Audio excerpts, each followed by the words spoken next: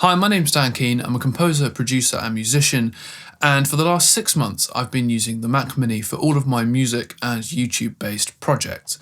Now, to be honest, I've absolutely loved it. It's done everything that I needed it to do, and I haven't yet reached a ceiling point on the work that I do. For context, I do a lot of mixing and high-end music production.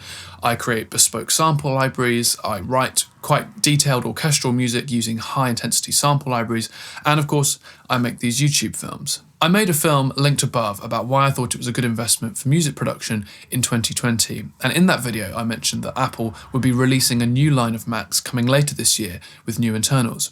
Now that we have a little bit more information about the new 2020 Mac Mini, I wanted to share my initial thoughts with you. So a couple of days ago, Apple released their new M1 chip, which is an in-house build that looks to replace the Intel-based processors that Macs have been carrying for the last few years.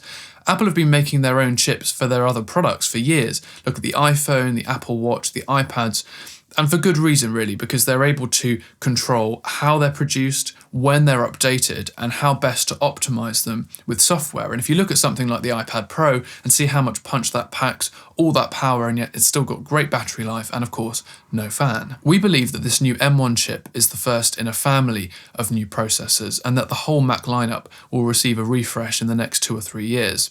To start this new series, Apple released updates to 3 computers: the MacBook Air, the MacBook Pro, and the Mac Mini. Now, to be completely honest, I don't really know how these processors work, but here's the rundown. An 8-core CPU at up to 3.5 times faster. These are split into 4 high-performance cores and 4 high-efficiency cores. An 8-core GPU at up to 6 times faster performance, and a 16-core neural engine, which is helpful with machine learning.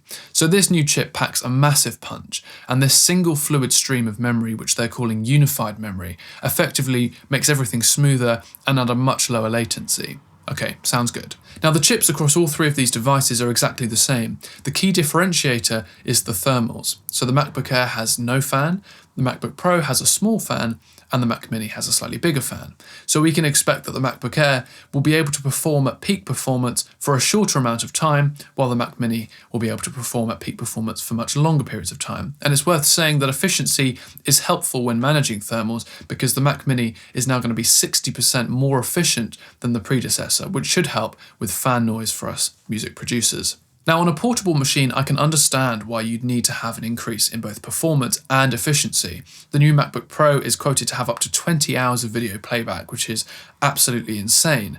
But on a desktop like the Mac Mini, I wonder if those high efficiency cores are going to put a hold on the maximum peak performance that it can bring. Additionally, mounting RAM inside the chip doesn't sound very pro to me, or at least not something that you can upgrade yourself, and it's worth saying that you can only get up to 16 gigabytes of unified memory on these new machines, which I understand that it will be better optimized, but for composers looking to fill their RAM with high-intensity sample libraries, it's not necessarily about how efficient the RAM is, but just the sheer volume of RAM that we have at our disposal. My MacBook Pro had 16 gigabytes of RAM, and my principal reason for upgrading to the Mac Mini was the expanded RAM of up to 64 gigabytes.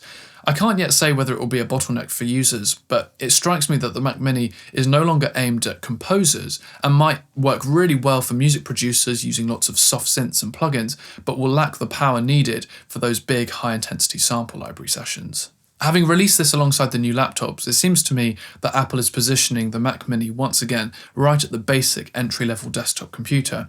There may be lots of benefits. For one thing, the Mac Mini's never had very good GPU performance, but I get the feeling that it's going to be set far back from the new refreshed iMac, iMac Pro, and Mac Pro lineup. I should say here too that while the current Mac Mini has been able to rely on eGPUs to help with graphical performance, the new ones won't be compatible with them. At the starting price of $699, this new Mac Mini is the cheapest Mac. For that, you get 8 gigabytes of unified memory and 256 gigabytes of storage. You do lose a few ports on this device, and there's no optional upgrade to 10 gigabit Ethernet, but if you were to spec this up to 16 gigabytes of unified memory and 512 gigabytes of storage, you're looking at about $1,100 for this new machine. So would I recommend that you go out and pre-order one of these new Mac Minis, or any of the other Macs for that matter? To be honest, I'd say not yet.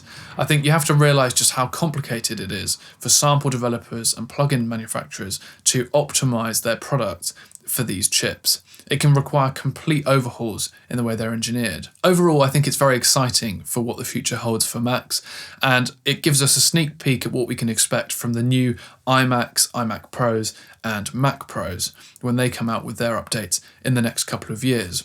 I think the new iMac is going to be the game changer for composers. I'm hoping for more RAM, maybe up to 64 gigabytes, maybe an even faster chip like an M2 or M1X or something, but I guess only time will tell.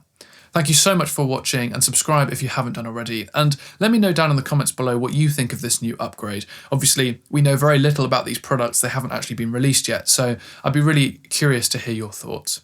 Thanks so much for watching, and I'll see you again soon.